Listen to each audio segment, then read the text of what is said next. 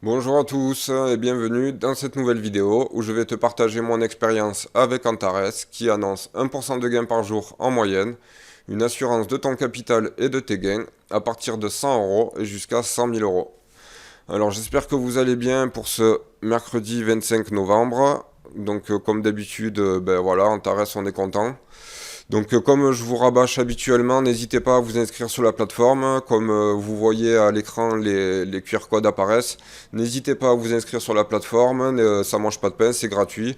Et comme ça, vous vous familiarisez avec la plateforme. Si jamais un jour vous avez envie de nous rejoindre, vous avez tout simplement à rajouter des fonds. Parce que sinon, le jour où vous allez, si par exemple vous le faites le moment où vous voulez investir, et ben là, à ce moment-là, il va y avoir le problème de l'enregistrement du compte et de tout ça. Alors que, tu vois, ça va prendre 3 4 jours et tu vas perdre 3 4 jours de temps. Et c'est dommage parce que quand tu as envie d'investir, en général, tu as envie de le faire tout de suite. Donc voilà, moi je vous conseille vraiment de vous inscrire sur le compte, de vraiment créer le compte, de faire de bien donner les documents, tout ça, pour vraiment que votre compte soit vérifié. Parce que tant que votre compte ne sera pas vérifié, vous n'arriverez pas à poser des fonds et vous n'arriverez pas à toucher des bénéfices sur les fonds posés. Donc voilà, familiarisez-vous avec la plateforme et voilà, ce sera bon comme ça. Que voilà, hier je n'ai pas fait de vidéo, j'espère que vous m'excuserez. Donc voilà, je suis un petit peu dépassé, j'ai quand même pas mal de trucs à faire et quand je suis rentré, c'était vraiment trop tard et je me suis dit bon de toute façon, ça va être le s'il y avait eu un fait exceptionnel qui se serait passé, je l'aurais tout de suite partagé. Mais là ma foi, il y a rien eu de spécial donc je me suis dit allez, tant pis. Donc voilà, j'espère que vous allez bien pour cette journée. Donc voilà, comme d'habitude, Antares nous apporte ce qu'il nous a annoncé au début. Donc voilà, on en est à 61 euros. Donc ça fait bien 26%.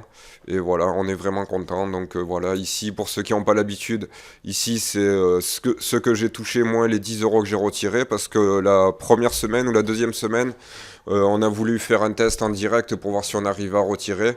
D'ailleurs, j'ai fait une vidéo que vous trouverez dans ma liste de vidéos où je retire les bénéfices. Parce que les bénéfices, on peut les retirer chaque jour ou tu peux les laisser sur ton compte et les laisser jusqu'à la fin. Ou alors, à chaque fois que tu arrives à 100 euros, 120 euros avec l'assurance, et ben là, tu peux reprendre un nouveau pack et repartir et profiter des intérêts composés. Donc, moi, c'est ce que je vais faire justement. Moi, je vais justement rajouter 1000 euros. Comme ça fera 1120 euros. Et comme ça, chaque semaine ou chaque 10 jours, pardon, à 1% par jour, ça fait chaque 10%, ça me fera 120 euros. Et chaque 10 jours, en fait, je reprendrai un pack. Donc voilà, à ce moment-là, je ferai une vidéo. Alors je vais peut-être rajouter un petit peu plus pour qu'on arrive à, par exemple, le dimanche, que ça fasse chaque dimanche 120 euros. Comme ça, chaque dimanche, quand je ferai ma vidéo, à chaque fois, je rachèterai un pack et ainsi, je pourrai profiter des intérêts composés. Voilà, voilà. Donc voilà, vraiment content d'Antares. Moi, j'en suis vraiment plus que satisfait. Donc voilà, ça va doucement. C'est un investissement passif comme ils avaient dit. Donc il y a pas forcément besoin de regarder tous les jours. Maintenant, comme je vous dis à chaque fois, voilà, on peut gagner d'une façon juste en faisant comme ça. Mais le fait de gagner, en fait, t'en parles à tes collègues de travail et t'en parles aux autres.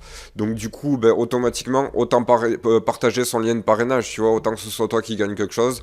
Donc là, à ce moment-là, ça te fera même une deuxième récompense, sachant que, voilà, tu sais, le mec, il a un compte comme ça, il va en parler autour de lui, les gens, c'est pareil, ils vont vouloir prendre des comptes, et en fait, tout ça, c'est à vie, donc même si à un moment donné, vous voyez plus avec la personne, et même si à un moment donné, lui, il continue, ou même peut-être que lui, il arrête, mais son collègue, il continue, et en fait, tout ça, c'est à vie, en fait, tout ça, c'est à vie, tant que Antares existera, on touchera nos intérêts, et on touchera des liens de parrainage à chaque fois, donc c'est qu'à chaque fois, les gens, ils vont réinvestir leur argent, et c'est ça qui est bien avec eux, c'est que voilà, et puis le jour où tu en as besoin, moi par exemple, qui ai un budget pour mon premier projet qui est de 35 000 euros, quand j'arriverai au montant que j'ai besoin, là je vais pas arriver à 35 000 euros ici, mais quand j'arriverai sur mon second compte, par exemple à 30 000 euros, et que là, par exemple, là j'aurai 5 000 euros, et je sais que là, à ce moment-là, chaque semaine, je retire, chaque 10 jours, si par exemple j'ai 5 000 euros, chaque 10 jours, je retirerai 500 euros jusqu'à arriver aux 5 000 euros. Et là, voilà, peu importe le temps que ça prendra, ce qui comptera, c'est que à la base, j'aurais mis peut-être que 2000 euros ou peut-être 1500 euros qui se seront transformés avec les mois et les années, si ça se compte en années, et qui se transformeront en milliers d'euros. Sachant que si tu mets 2000 euros 1000 euros ou 2000 euros par mois à 10% pendant 30 ans, ça te fait 2 millions d'euros au bout de 30 ans. Donc à 10% par mois, hein. Donc voilà, voilà, on est au top.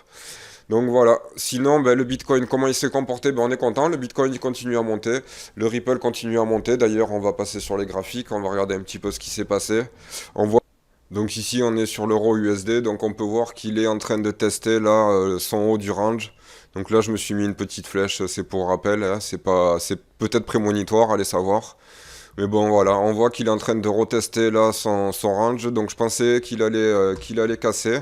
Bon ben il nous reste encore 1h40, mais bon là on sait qu'il est déjà 21h15, on sait que pour aujourd'hui ce sera peut-être mort, après je dis ça, alors on sait jamais. Même si on met en H1, voilà, on voit que il est sorti de son range en H1.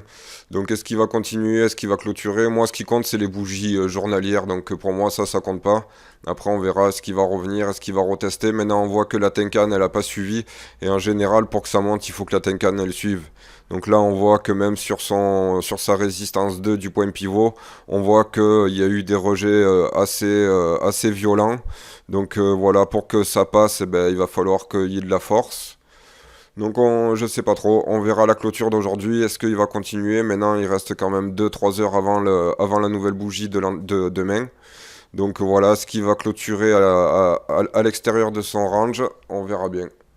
Ce qui compte pour moi c'est les clôtures, c'est vraiment les clôtures en daily. Donc là voilà, montré il est pas très très droit, mais en gros c'est ça, en gros il est en plein sur son, voilà, si on met au bout des mèches tout ça. On voit vraiment qu'il est pile poil dessus. Donc on verra est-ce qu'il va casser dessus ou est-ce qu'il va nous faire une feinte et il va partir. Maintenant, dans la logique, ça voudrait que normalement il n'y ait pas de tendance qui se prépare à l'horizon. Tout simplement parce qu'on voit, oui, il y a la Tenkan qui est en train de coller, mais on voit que la Kinjun, elle est toujours à l'intérieur du nuage. Donc il y a pas beaucoup de probabilité pour que le marché il parte d'un coup et qu'il nous fasse une grosse sortie. La probabilité, c'est que peut-être il va casser, peut-être il va continuer, tu vois, sa résistance, sa résistance, elle va se transformer en support. Et au bout d'un moment, il va passer, c'est possible. Mais tant que la Kinjun, elle reste dans son nuage, il y a peu de chance. Sachant qu'il y a ça ici, tu peux te dire qu'il va faire ça, tac, et il va passer par son petit trou. Mais bon, ça, c'est que on verra bien. Donc ça, c'est pour l'euro USD. Maintenant, l'USD-ZAR, je suis un petit peu sur l'USD-ZAR en ce moment. On voit qu'il y avait un beau trade à prendre que moi j'ai pas pris. Le trade il était ici en fait, il fallait tout simplement prendre le retracement et laisser couler jusqu'ici. Maintenant c'est trop tard. Mais voilà, il y avait vraiment des beaux en plus là. Il y avait vraiment un beau trade à faire. En plus on sait que quand il casse son point pivot avec force, il va souvent au second. Donc là il a cassé avec force, il est parti au prochain. Et là s'il casse avec force, eh ben, il partira sur son support numéro 2. On verra bien, ça on suivra demain hein, si on y pense. Sinon, le Ripple, il est en train de le Bitcoin, il est en train de nous faire une consolidation, sûrement. On va regarder. Donc là, on voit le Bitcoin. Donc voilà, là, on est en daily. Chaque bougie égale un jour. On va se mettre en H4. Donc, qu'est-ce qu'on peut voir? On peut voir qu'il est sûrement en train de nous... On espère qu'il nous refasse une consolidation. Maintenant, vous vous rappelez, là, il y a quelques jours, il nous a fait une belle frayeur quand il est parti en bas. Mais bon, ensuite, il est reparti. Donc, on peut dire que ça a été parti à la chasse au stop. Maintenant, on voit quoi ici? On voit que ben, la Tenkan, elle accompagne bien la bougie. Donc, est-ce que ça va claquer? On voit hein, qu'il a pété sa résistance et qu'il est devenu support. Peut-être que c'est ce qui va se passer d'ailleurs sur l'euro USD. Donc, c'est ce qu'on attend de voir. Maintenant, voilà, la Kinjun, elle n'a pas suivi par contre. Là, on voit que sur le RSI, il y a de la place. Maintenant, moi j'ai vu cette espèce de divergence, donc j'espère que c'est pas qu'elle va pas se valider en cassant la zone du milieu. Donc on verra bien, c'est en H4, mais voilà. Donc on verra bien comment ça va évoluer. Maintenant, on peut regarder en daily s'il y a encore de la place sur le. Ouais, le truc c'est que là, bon, on a encore un petit peu de place parce qu'on peut voir que quand il est arrivé au seuil le plus haut historique, c'est sur le trait rouge que j'avais tracé. Bon, on voit qu'il a encore de la marge. Maintenant, s'il descend et qu'il monte comme ça, qu'il fait des vagues, ben, tant mieux, ça veut dire qu'il reprend du souffle. Et c'est que positif. D'ailleurs, sur l'XRP, j'ai fait une bêtise. Et ouais, enfin, je sais pas si j'ai fait une bêtise, mais en tout cas, voilà, j'ai un trade qui s'est pas forcé, qui s'est bien passé dès le début et j'ai été un peu trop sûr de moi. Et du coup, ben là, je me suis retrouvé un peu coincé dans mon trade. Donc voilà, moi j'ai pris quand même une bonne somme, hein. Je vais pas dire le montant, mais j'ai quand même pris une bonne somme ici. Et du coup, j'avais clôturé, je me souviens plus où c'était que je vous avais dit, je me rappelle plus. J'avais clôturé en fait un retour, je sais plus c'était lequel il était monté là. Je crois que j'avais clôturé ici en fait. Et du coup, c'était reparti vers le bas, tout ça. Moi, j'avais repris une position en bas, que j'étais remonté jusqu'ici, j'avais coupé. Et en fait, après, j'ai repris une position ici, qui a remonté jusqu'ici. Ensuite, ici, j'ai coupé. Et en fait, là, quand il y a eu la bougie verte, moi, je me suis dit, en fait, qu'il allait sortir de son triangle. Et en fait, le problème, c'est il est vraiment pas sorti de son triangle. Donc, je me suis dit, merde, je suis dans la merde. Le problème, c'est que, voilà, c'est que j'avais pas envie de perdre la position, donc je pensais qu'il allait finir par casser par le haut. Et là, en fait, on est en train de voir qu'il est en train de tester le range par le bas. On voit qu'on est dans un truc de compression.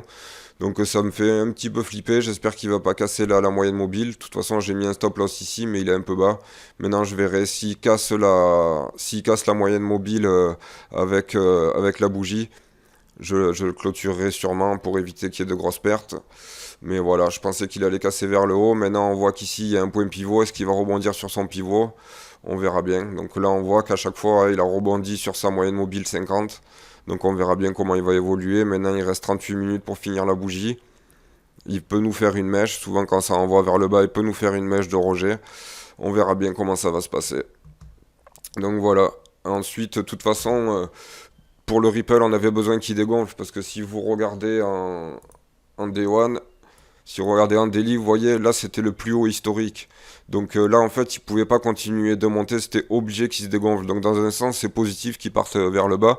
Maintenant, c'est con que je sois dans le trade, mais sinon, si j'étais pas dans le trade, ce serait magnifique en fait, parce que justement, on a besoin de ce retracement là. Donc voilà, ça me fait une petite frayeur de temps en temps, mais ça fait partie du trading. Maintenant, comme je vous ai dit, on a tous une limite. Moi, ma limite, c'est 500 euros. Donc, quand je commence à être en dessous, de perdre en dessous, de trader au-dessus de 500 euros, du coup, ça me fait des plus grosses pertes. Et là, ça commence à m'inquiéter un petit peu. Et là, je suis plus du tout à l'aise. Donc, voilà. On a tous nos limites. Moi, ma limite, c'est celle-là.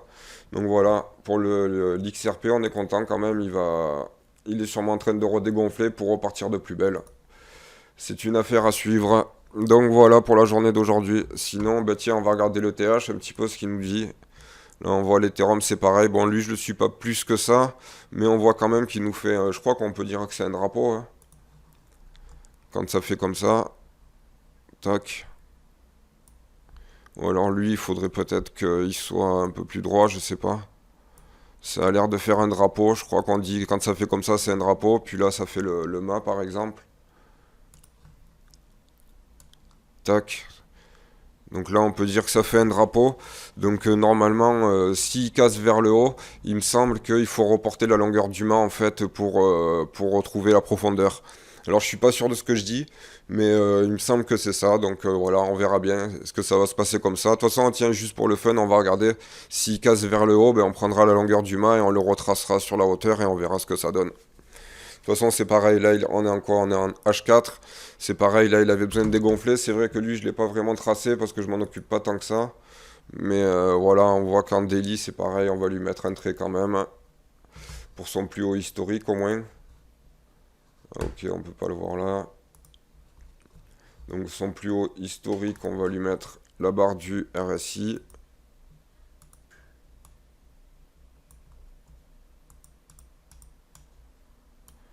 Tac, donc voilà, on peut voir qu'en weekly, il y a quand même de la place. Maintenant, ici, on peut voir que lui, il a été plus haut. Donc on peut voir qu'ici, on a le seuil maximum. Donc oui, on pouvait dire qu'on avait encore un petit peu de place. Mais c'est toujours bien quand ça redescend, au moins ça dégonfle et ça reprend de la place pour remonter. Donc ça part plutôt dans un bon sens en fait. Je trouve que c'est plutôt l'idéal. Donc voilà pour les cryptos. Maintenant, comme je vous ai dit, ben, l'or, je l'ai pas regardé. L'or, je l'ai enlevé parce que l'or, j'aime pas en fait, parce que j'ai souvent tendance à vouloir le trader. Et à chaque fois que je trade l'or, je perds de l'argent. Donc du coup, je l'ai préféré l'enlever. Parce qu'au début, moi, je pensais que quand tu tradais l'or, en fait, t'achetais directement de l'or. Je pensais pas que en fait, quand t'achètes de l'or sur une plateforme comme ça, je crois que c'est un CFD. Je crois que t'achètes un indice qui corrèle l'or. Mais le problème, c'est que l'effet de levier, en fait, il est multiplié par je sais pas combien. Et voilà, et ça j'aime pas trop, ça a tendance à me faire transpirer trop fort, j'ai pas du tout les moyens. Et du coup, quand t'as un petit compte comme moi, qui suis parti à 300, 200 euros, puis 450, donc je suis parti avec 650 euros. Voilà, j'avais pas envie de perdre mon capital rapidement, et avec l'or, c'est où tu gagnes vite, ou tu perds tout de suite. Donc voilà, moi je suis pas à la roulette, je suis au trading. Donc voilà. Donc ben, pour cette journée, on va arrêter là, et puis on se retrouvera demain pour une nouvelle vidéo. Allez, merci à tous et à bientôt. Ciao, ciao.